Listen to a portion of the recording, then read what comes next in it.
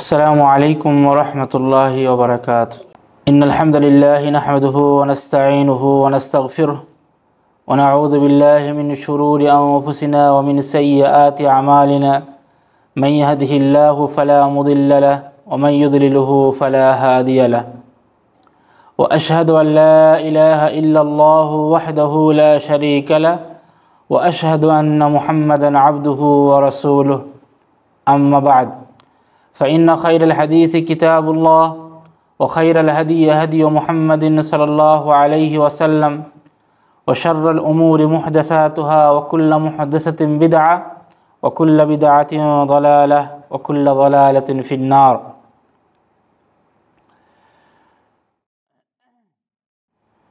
সম্মানিত দিনী ভাই সকল, সমস্ত প্রশংসা সে মহান আল্লাহ তাবারক ওয়া তাআলার জন্য, যার রহমতে বরকতে এশার নামাজ আমরা জামাত সহকারে পড়ার পরে ধারাবাহিক এই দার্সে বসার তৌফিক পেয়েছি, তাই আমরা সকলেই বলি আলহামদুলিল্লাহ। সম্মানিত দিনী ভাই সকল, ধারাবাহিক এই দার্সে আজকে যে বিষয় নিয়ে আলোচনা করব, বিষয়টি গত সপ্তাহের একটা অংশ।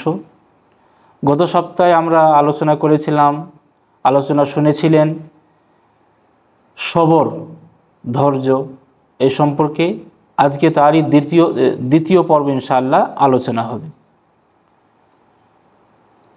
সম্মানিত দিনী ভাই সকল, এই ধৈর্য বা সবর, এই মর্মে কোরআনের আয়াত এবং রাসূলুল্লাহ সাল্লাল্লাহু আলাইহি সাল্লামের হাদিস অনেক আছে। গত সপ্তাহে কোরআনের কিছু আয়াত এবং রাসূল করিম সাল্লাল্লাহু আলাইহি সাল্লামের হাদিস শোনানো হয়েছিল। আজকেও ইনশাআল্লাহ রাসূল করিম সাল্লাল্লাহু আলাইহি সাল্লামের কিছু হাদিস সবর সম্পর্কে আপনাদেরকে শোনানো হবে। একটা হাদিস আপনাদেরকে শোনাই। হাদিসটা আপনার বুখারীর 1283 নম্বরে, মুসলিমের 2179 নম্বরে। হাদিসটি আনাস রাদিয়াল্লাহু তাআলা আনহু বর্ণনা করেছেন। উনি বলছেন যে মাররা নবী সাল্লাল্লাহু আলাইহি ওয়াসাল্লাম বিইমরাআতিন তাবকি ইনদা কবরিন। রাসূল করিম সাল্লাল্লাহু আলাইহি সাল্লাম এক মহিলার পাশ দিয়ে অতিক্রম করলেন। সেই মহিলা একটা কবরের পাশে কাঁদতেছিল। রাসূল করিম সাল্লাল্লাহু আলাইহি সাল্লাম সেই মহিলাকে বললেন, ইত্তাকিল্লাহ ওয়াসবিরি, তুমি একটু আল্লাহ তাবারক তাআলাকে ভয় করো এবং ধৈর্য ধারণ করো, সবর করো। ফাকালাত ইলাইকা আন্নি, সেই মহিলা কিন্তু জানতে পারে না যে এটা রাসূল করিম সাল্লাল্লাহু আলাইহি সাল্লাম। তো সেই মহিলা বললেন যে এক কাজ করুন, আপনি আমার কাছ থেকে একটু দূরে সরে যান। ফাইন্নাকা লাম তুসাব বিমুসিবাতি, যেই মুসিবত আমাকে পৌঁছিয়েছে আপনাকে সেই মুসিবত পৌঁছায় নাই। কে বলছে? সেই মহিলাটা রাসূল করিম সাল্লাল্লাহু আলাইহি সাল্লামকে বলছেন আপনি একটু সরে যান, যে মুসিবত, যে কষ্টতে আমি আছি সেই কষ্টতে আপনি নাই। ওয়ালাম তারিফু, কিন্তু সেই মহিলা জানে না যে এটা রাসূলুল্লাহ সাল্লাল্লাহু আলাইহি সাল্লাম। তারপরে তাকে বলা হলো, পরে ফাকিল লাহা ইন্নাহু নবী সাল্লাল্লাহু আলাইহি সাল্লাম, আরে তুমি যাকে মন্তব্য করলে সে কে? সে হচ্ছে রাসূল করিম সাল্লাল্লাহু আলাইহি সাল্লাম। ফাআতাত বাবা নবী সাল্লাল্লাহু আলাইহি সাল্লাম, সে শোনার পর তো হতবাক, আমি কাকে কি কথা বলে দিয়েছি। রাসূল করিম সাল্লাল্লাহু আলাইহি সাল্লামের দরজার কাছে সাক্ষাৎ করার জন্য এলেন। ফালাম তাজিদু ইনদা বাওয়াবিনা, দরজার দারোয়ানকে পেলেন না, মানে দরজায় যদি কেউ দাঁড়িয়ে থাকবে পেলেন না। তো একবার ঢুকে গেলেন। ফাকালাত লাম আরিফুকা, হে আল্লাহর রাসূল, আমি আপনাকে জানতে পারি নাই, চিনতে পারি নাই। ফাকাল, এখন যেটা মেন কথা, মূল কথা, সেটা কি? রাসূল করিম সাল্লাল্লাহু আলাইহি ওয়াসাল্লাম বললেন, ইন্নামা সাবরু ইনদা সাদমাতিল উলা। রাসূলুল্লাহ সাল্লাল্লাহু আলাইহি ওয়াসাল্লাম বলেন, আঘাতের শুরুতেই সবর করাটা হচ্ছে প্রকৃত সবর। যখন আপনি আঘাত পেলেন, ওই আঘাতের প্রথমেই যদি আপনি সবর করতে পারেন, এটাই হচ্ছে আসল সবর। আপনার একটা ছেলে মারা গেছে, আপনাকে খবর দিল, আপনি এখানে আছেন, আপনি সৌদি আরবে আছেন, বাংলাদেশ থেকে আপনার কাছে ফোন এলো যে আপনার ছোটো ছেলে মারা গেছে। এই কথাটা শোনার পরেই যে একটা আঘাত আপনাকে লাগবে, আর সেই আঘাতের সময় শুরুতেই যদি আপনি ধৈর্য ধারণ করতে পারেন, সবর করতে পারেন, এটাই হচ্ছে প্রকৃত সবর। এটাই রাসূল করিম সাল্লাল্লাহু আলাইহি সাল্লাম বলতে চেয়েছিলেন মহিলাকে, যে শুরুতেই যে আঘাত লেগেছে সেই আঘাতের সময় যদি তুমি সবর করতে পারো, এটাই হচ্ছে আসল এবং এটাই হচ্ছে প্রকৃত সবর। তারপরে দেখেন দ্বিতীয় হাদিস আপনাদেরকে শোনায়। হাদিসটি বুখারী 3474 নম্বরে এবং 6619 নম্বরে আয়েশা রাদিয়াল্লাহু তাআলা আনহা হাদিসটি বর্ণনা করেছেন। উনি বলছেন সাআলতু রাসূলুল্লাহ সাল্লাল্লাহু আলাইহি ওয়াসাল্লাম আনিত তাউন, আজ রাসূল করিম সাল্লাল্লাহু আলাইহি সাল্লামকে প্লেগ রোগ মহামারী একটা রোগ, পেটের রোগ, সেই প্লেগ রোগ সম্পর্কে, তাউন সম্পর্কে জিজ্ঞাসা করা হলো, কলেরা। ফাআখবারাহা আন্নাহু কানা আযাবান ইয়াবআসুল্লাহু তাআলা আলা মান ইয়াশা। রাসূল করিম সাল্লাল্লাহু আলাইহি সাল্লাম বলেন যে এটা একটা আযাব, এটা এক ধরনের আযাব আল্লাহ তাবারাক ওয়া তাআলা যার প্রতি ইচ্ছা করেন তার কাছে প্রেরণ করেন, এই প্লেগ রোগ মহামারী রোগ পাঠান। ফাজাআলাহু আল্লাহু তাআলা রাহমাতাল লিল মুমিনিন, যদি কোনো মুমিনের কাছে এই রোগটা যায়, এই প্লেগ রোগ মহামারীর রোগ যায়, সেই মুমিনের জন্য এটা রহমত হবে, মুমিনের জন্য কি হবে? রহমত হবে। ফালাইসা মিন আবদিন ইয়াকাউ ফিত তাউন ফায়ামকুসু ফি বালাদিহি সাবিরান মুহতাসিবান ইয়ালামু আন্নাহু লা ইউসিবু ইল্লা মা কাতাবাল্লাহু লাহু ইল্লা কানা লাহু মিথলা আজরিশ শাহীদ। মুমিনের জন্য এটা রহমত। কিভাবে? মুমিন যখন কোনো প্লেগ রোগে আক্রান্ত হবে এবং সে নিজের দেশে, নিজের জায়গাতে, নিজের শহরে যেখানে আছে সেখানে ধৈর্য সহকারে নেকির নিয়তে অবস্থান করবে, থাকবে, এবং সে জানবে যে তাকে যেটা পৌঁছিয়েছে সেটা আল্লাহ তাবারাক ওয়া তাআলা তার তকদিরে লিখে রেখেছেন। আমি প্লেগ রোগে আক্রান্ত হয়েছি, এই মহামারী রোগে আক্রান্ত হয়েছি, এই কলেরা রোগে আমি আক্রান্ত হয়েছি, এটা আমার নসিবে ছিল, আমার ভাগ্যে লেখা ছিল, এবং সে নেকির আশায় ধৈর্য ধারণ করবে, সবর করবে, তাহলে কি হবে? আলহামদুলিল্লাহ, কানা লাহু মিসলু আজরিশ শাহীদ, সে কি শহীদের মতন পুরস্কার পাবে, তার জন্য কি আছে? শহীদের পুরস্কার আছে। এটা শুনেন, এই কলেরা রোগ মহামারী রোগ মুমিনের কাছেও আসতে পারে, যারা মুমিন নয়, যারা ফাসিক, তাদের কাছেও আসতে পারে। মুমিনের কাছে যদি আসে, এটা মুমিনের জন্য রহমত স্বরূপ হবে। মুমিনের কাছে এসেছে, সে ধৈর্য ধারণ করবে, নেকির আশাতে ধৈর্য ধারণ করবে, এবং সে যেখানেই আছে সেখানেই অবস্থান করবে, আর সে এটা ভাববে যে এটা আল্লাহ তাবারাক ওয়া তাআলা আমার তকদিরে লিখে রেখেছিল। আল্লাহ তাবারাক ওয়া তাআলা ওই ব্যক্তিকে শহীদের মর্যাদা দিবেন, শহীদের মতো পুরস্কার তার লেখা হবে। সম্মানিত দিনী ভাই সকল, এবার আপনাদেরকে দেখেন 3 নম্বর হাদিসটি শোনাই। বুখারীর 5652 এবং মুসলিমের 6736 নম্বরে হাদিসটি আছে। আতা বিন আবি রাবাহ উনি বলছেন, কাল আলী ইবনে আব্বাস রাদিয়াল্লাহু তাআলা আনহুমা। আতা বিন রাবাহ উনি একদিন বলছেন যে আমাকে একবার ইবনে আব্বাস, আব্দুল্লাহ বিন আব্বাস রাদিয়াল্লাহু তাআলা আনহুমা বললেন, আলা উরিকা ইমরাআতিন মিন আহলিল জান্নাহ, তোমাকে কি আমি একটা জান্নাতি মহিলা দেখাবো না? একটা মহিলাকে ইশারা করে আব্দুল্লাহ বিন আব্বাস রাদিয়াল্লাহু তাআলা আনহুমা আতা বিন আবু রাবাহকে বলছেন যে তোমাকে কি একটা জান্নাতি মহিলা দেখাবো না? কুলতু বালা, আমি বললাম হ্যাঁ। আব্দুল্লাহ বিন আব্বাস, অবশ্যই দেখান জান্নাতি মহিলাকে।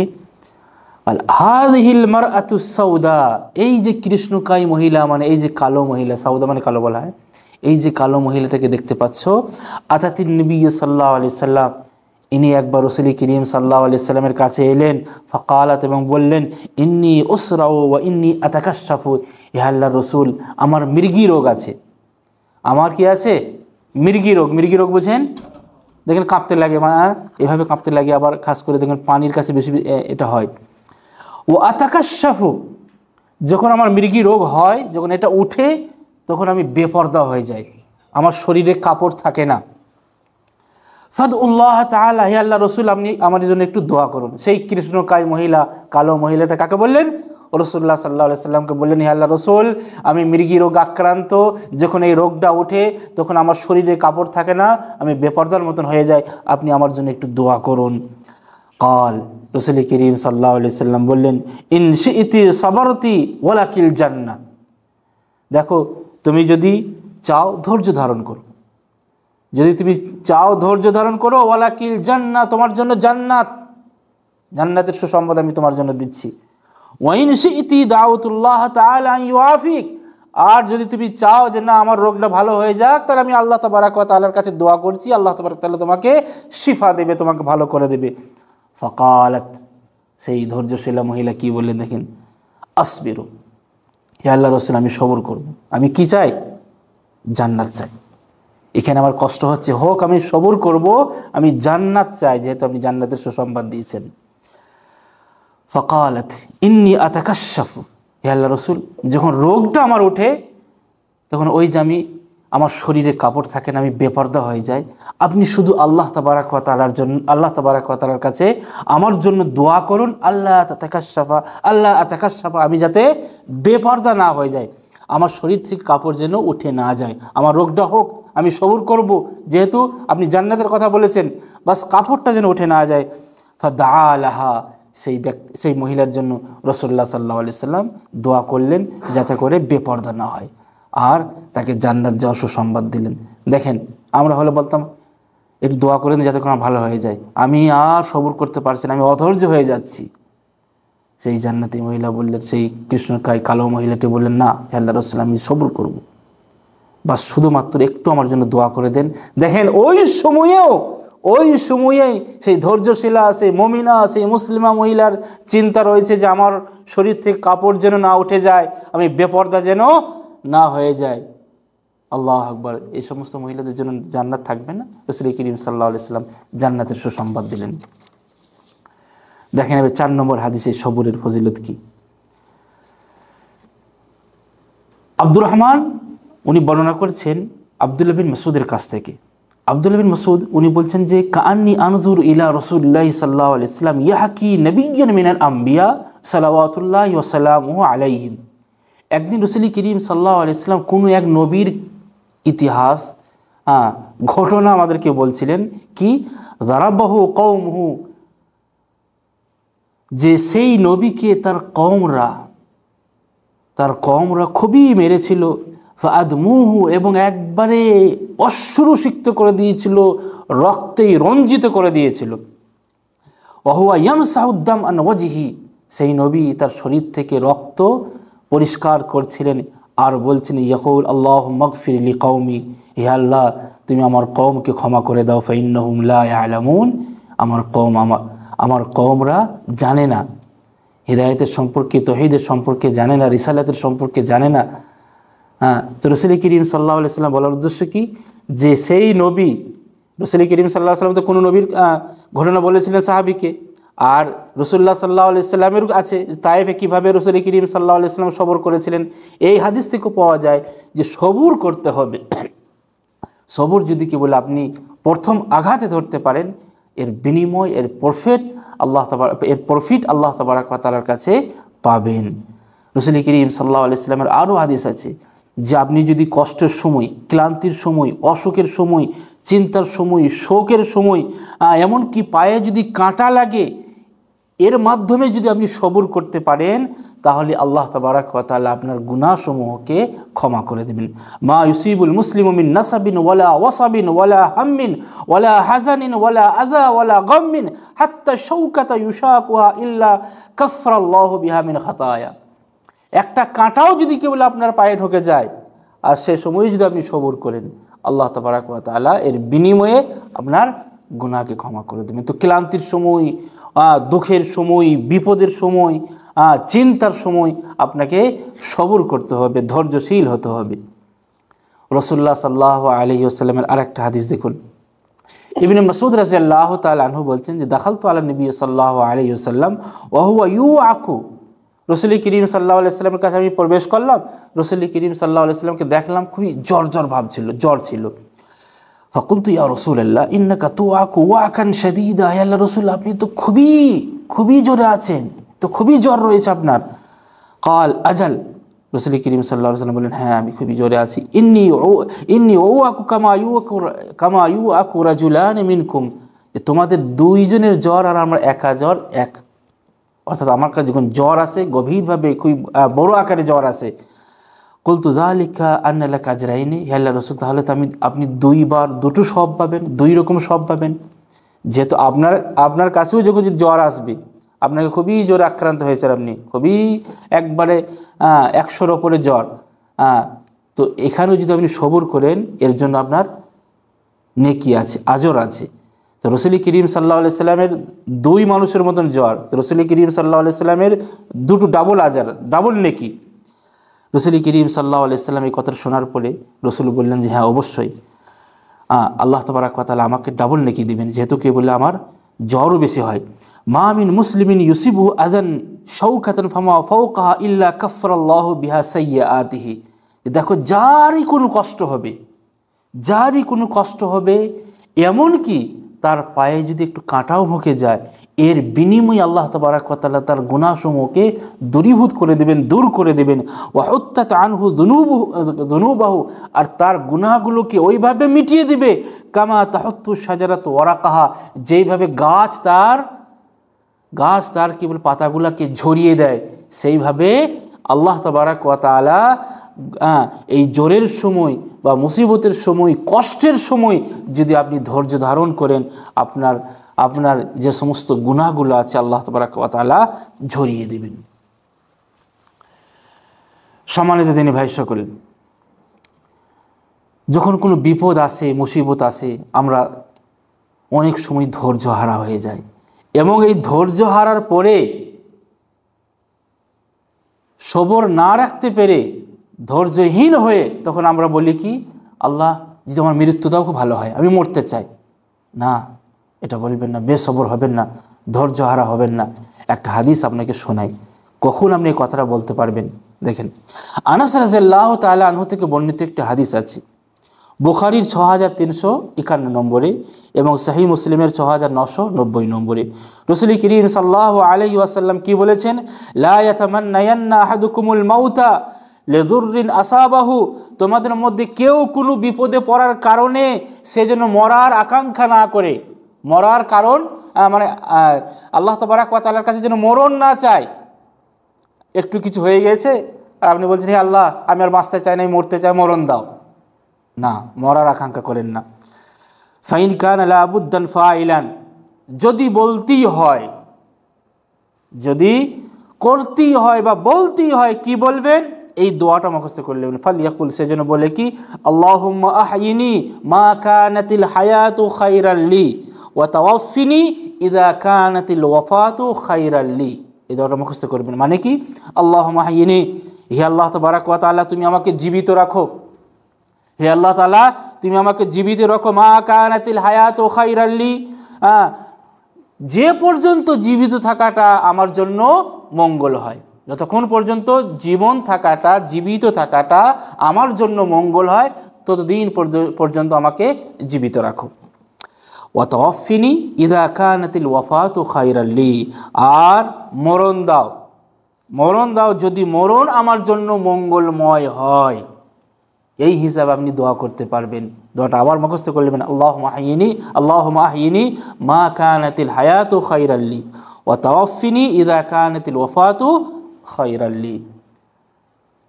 কিন্তু আমরা বেশ আবার একটু হয়ে গেছি, একটু কষ্ট চলে এসেছে, আর ধৈর্য হারা হতে পারছি না, বাস মরণ দাও, আমি থাকতে চাই না, এই জীবন রাখতে চাই না, আমি আত্মহত্যা করতে চাই, বা কি বলে আত্মহত্যা করতে পারছি না, আমাকে মেরে দাও আল্লাহ, আমি মরতে চাই না। যদি কি বলে আপনার করতেই হয়, বলতেই হয়, এইভাবে আল্লাহ তাবারক ওয়া তাআলার কাছে আপনি দোয়া করবেন। আর তারপরে দেখেন, আমরা অনেক সময় অনেক রকম একটা হাদিস শুনেছি, মা ইউরিদিল্লাহু খায়রান ইউফাক্কিহু ফিদ্দিন, মা ইউরিদিল্লাহু খায়রান, যে ব্যক্তি কি বলে আল্লাহ তাবারক ওয়া তাআলা যাকে ভালোবাসেন তাকে দ্বীনের জ্ঞান করেন, তাকে ফাকিহ বানান। আর একটা হাদিস আছে কি, মা ইউরিদিল্লাহু বিহি খায়রান ইউসিব মিনহু, আল্লাহ তাবারক ওয়া তাআলা যার কাছ থেকে খায়ের চান, যাকে ভালোবাসেন, কখনো কখনো তাকে কষ্ট দেন, মুসিবতে ফেলেন। তো মুসিবতে যদি আগের দার্সের একটা অংশ নিয়ে আসছি, আপনি কোনো কষ্টই পড়েছেন, সেই কষ্টটাকে আপনি আল্লাহ তাবারক ওয়া তাআলার পরীক্ষা এই হিসাবে নেবেন, এবং এরপরে আল্লাহ তাবারক ওয়া তাআলা উত্তম বিনিময় আমাকে দিতে পারেন, এই আকাঙ্ক্ষা আল্লাহ তাবারক ওয়া তাআলার কাছে রাখবেন, এবং আপনি ধৈর্য হারা হবেন না, সবর করবেন। কি করবেন? সবর করবেন। আর এটা জানবেন যে অনেক ভাইরা যারা দ্বীনের জ্ঞান রাখে না, কোনো ভাই কষ্টের মধ্যে পড়েছে, অসুস্থ হয়ে গেছে, তখন কি বলে, আরে নিশ্চয়ই কি বলে ও কোনো খারাপ কাজ করেছে, ইন্না লিল্লাহ নাউযু বিল্লাহ। না, এক মুমিন সে আল্লাহ তাবারক ওয়া তাআলার কাছে জানবে যে হতে পারে আল্লাহ তাবারক ওয়া তাআলা একে এমন বড় একটা ইনাম আখেরাতে দিতে চান যে সেই ইনামের জন্য, সেই পুরস্কারের জন্য তাকে মুসিবতে ফেলেছে। সেই মুসিবতে পরীক্ষায় যখন পাশ করবে, সেই বড় ইনাম আল্লাহ তাবারক ওয়া তাআলা তার আখেরাতের জন্য রেখেছে। তো মুমিন মুসিবতের সময় আল্লাহ তাবারক ওয়া তাআলা যে পরীক্ষায় ফেলেছেন, এই পরীক্ষাতে সে ধৈর্যহারা হবে না, বরং ধৈর্যের পরিচয় দিবে, সে সবুর করবে। আর এই সবুরের ফলে সে আল্লাহ তাবারক ওয়া তাআলার কাছে পরিণাম পাবে। আল্লাহ তাবারক ওয়া তাআলার কাছে দোয়া করি, আল্লাহ তুমি আমাদেরকে সঠিকভাবে দিনের জ্ঞান অর্জন দাও এবং আমরা সবুর করতে পারি, সেই তৌফিক তুমি আমাদেরকে দাও। ওয়া আখিরু দাওয়ানা আনিল হামদুলিল্লাহি রাব্বিল আলামিন। আসসালামু আলাইকুম ওয়া রাহমাতুল্লাহি ওয়া বারাকাতুহু। সকলকে অসংখ্য ধন্যবাদ ভিডিওটি দেখার জন্য। সকলেই ভিডিওটি দেখবেন, শেয়ার করবেন এবং যেটা আমাদের দাওয়াতি চ্যানেল দাওয়া আল মাজমা, এই চ্যানেলটিকে সবাই বেশি বেশি করে সাবস্ক্রাইব করবেন, যাতে করে আমাদের সমস্ত ভিডিও যা কিছু আমরা রেকর্ডিং করব, আপলোড করব, আপনাদের কাছে যাতে করে তাড়াতাড়ি পৌঁছে যায়।